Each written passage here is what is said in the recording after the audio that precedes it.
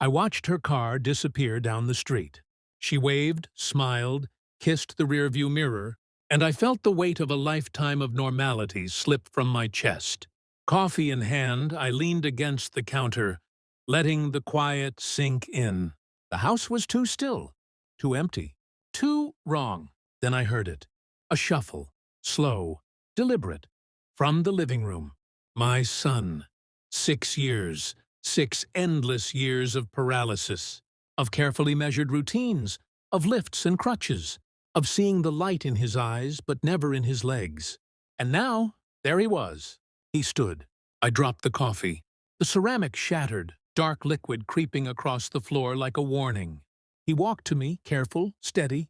His small hand gripped mine, trembling only slightly. "Dad," he whispered, voice low, urgent. "We need to leave this house now." For a heartbeat, I couldn't move. My mind spun, calculating. Fear, disbelief.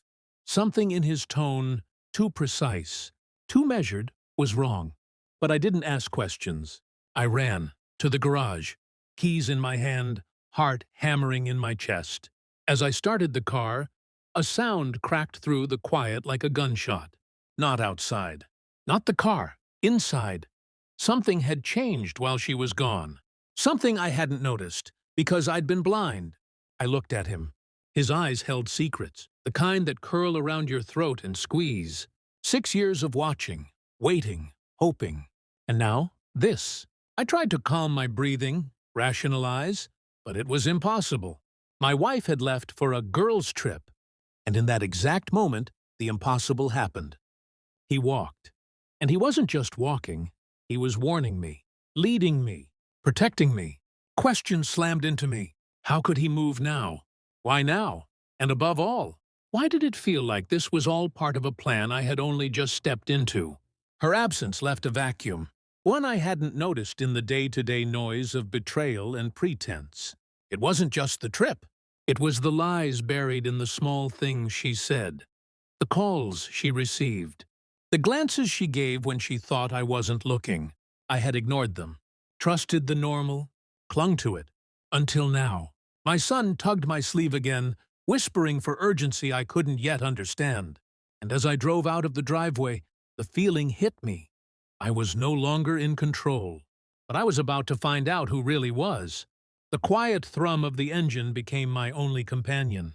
Every passing streetlight cast shadows across the dashboard, shadows that felt like faces watching, judging, waiting. And I realized that whatever was coming, it wasn't random.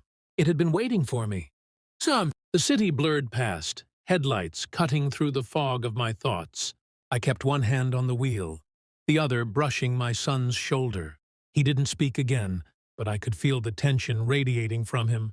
Back at the house, I couldn't stop thinking about her. How ordinary she seemed. The smiles, the coffee rituals, the laughter echoing in the hallways. Ordinary was the perfect mask. I realized I'd been looking for normal and missing the fractures beneath. A phone left unlocked. A message preview. One word. A name I didn't know. A time I couldn't place. I didn't react immediately. I didn't need to. The pieces started to assemble themselves, quietly, like a puzzle designed to be noticed only if you were paying attention. She had always been careful, too careful, laughing when she shouldn't, touching her hair when she lied, insisting on late-night errands, alone. Nothing to see here. I had told myself that, over and over, until now. I checked the messages, methodical. No accusation, no confrontation, only observation. Every word she sent, every word she received, became data, dots I could connect later. Patterns, repetition, silence, where there should have been explanation. My son's hand gripped mine tighter. I felt it then. The calm before a storm you know is coming but cannot yet name. He had known, somehow, all along. And I had been blind. I returned to the house when the sun had just begun to lower itself, casting long, cold shadows across the floor. The coffee cup from that morning still lay in shards on the counter, a reminder, her side of the bed untouched, her perfume faint, lingering like a question. I studied the closet, the drawers, the neatly folded laundry. Everything perfect. Too perfect. And the phone. Always the phone. I did what I had to do. Not with anger. Not with emotion. Observation, collection, verification. I would let the truth surface in its own time. No confrontation. No rash decisions. Only calculation. By nightfall, I had learned enough to know this. Betrayal is not loud. It is meticulous. It hides in normality, in routine. And when you least expect it, it strikes. I watched her pictures on social media, cross-referenced them, timed them, studied her angles. Each smile carefully measured.